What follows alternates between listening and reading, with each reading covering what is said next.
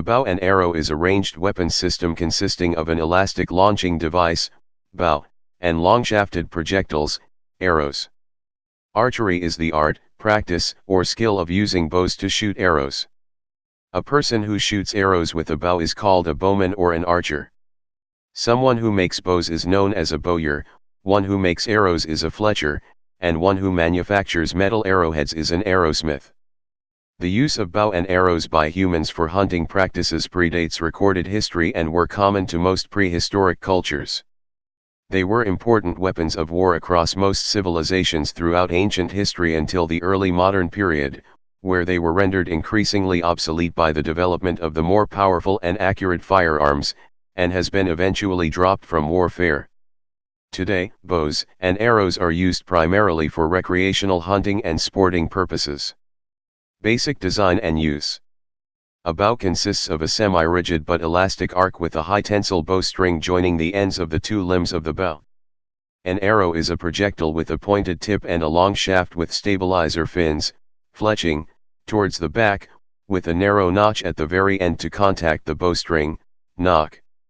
To load an arrow for shooting, nocking an arrow, the archer places an arrow across the middle of the bow with the bowstring in the arrow's nock.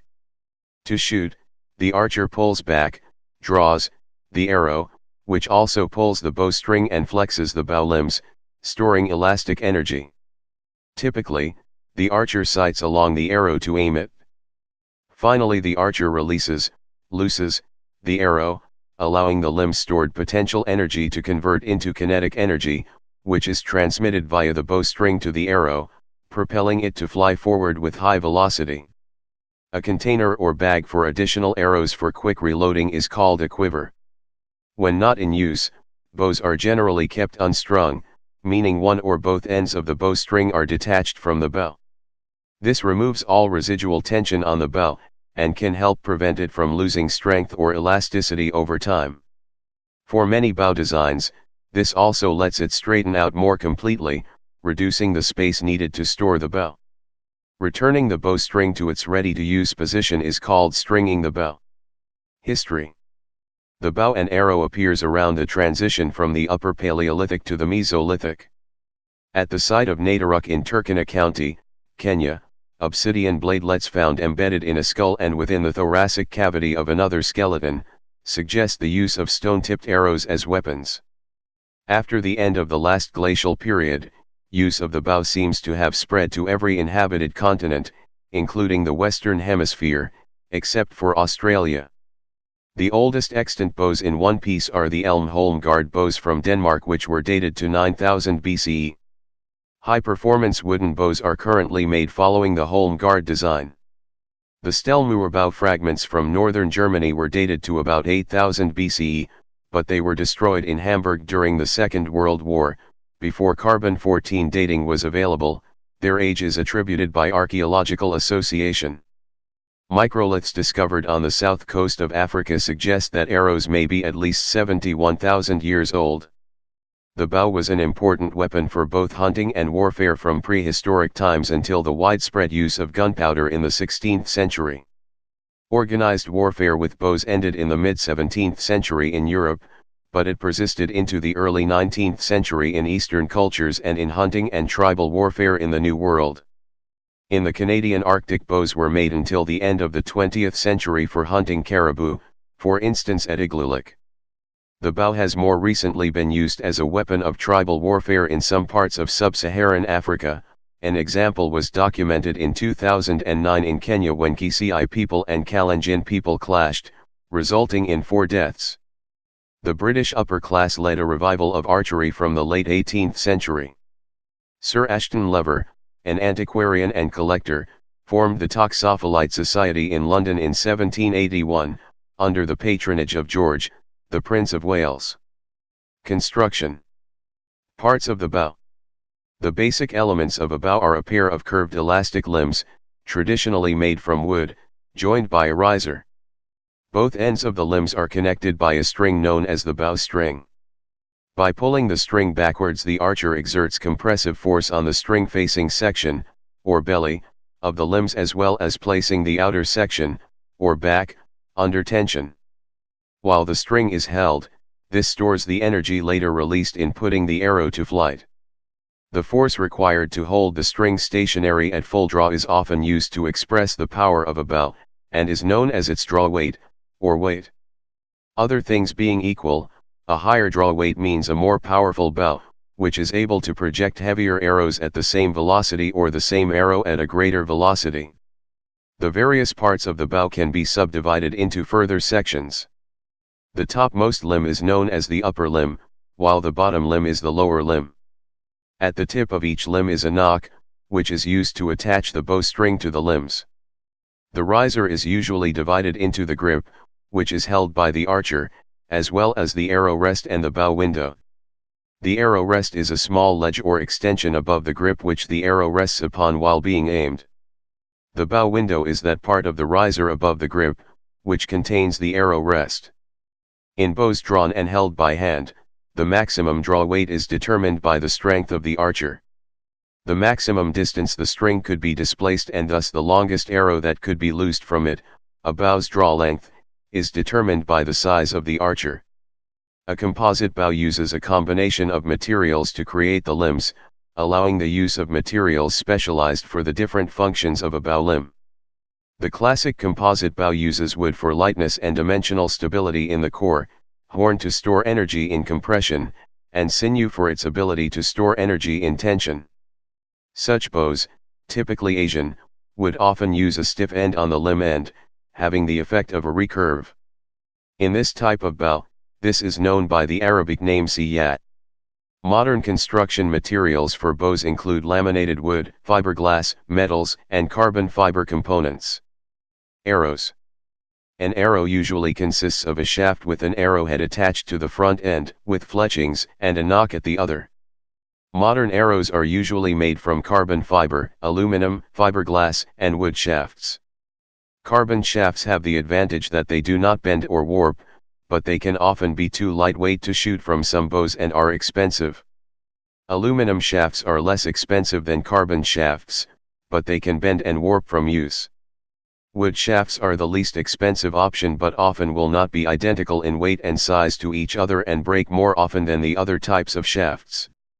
Arrow sizes vary greatly across cultures and range from very short ones that require the use of special equipment to be shot to ones in use in the Amazon River jungles that are 8.5 feet, 2.6 meters, long. Most modern arrows are 22 inches, 56 centimeters, to 30 inches, 76 centimeters, in length. Arrows come in many types, among which are breasted, bob-tailed, barreled, clout, and target. A breasted arrow is thickest at the area right behind the fletchings, and tapers towards the nock and head. A bob-tailed arrow is thickest right behind the head, and tapers to the nock. A barreled arrow is thickest in the center of the arrow. Target arrows are those arrows used for target shooting rather than warfare or hunting, and usually have simple arrowheads. For safety reasons, a bow should never be shot without an arrow nocked.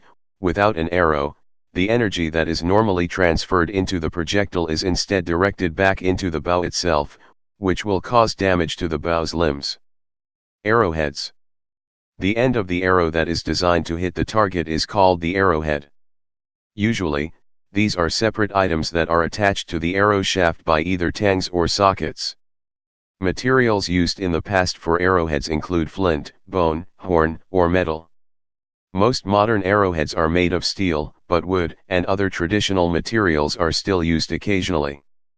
A number of different types of arrowheads are known, with the most common being bodkins, broadheads, and piles.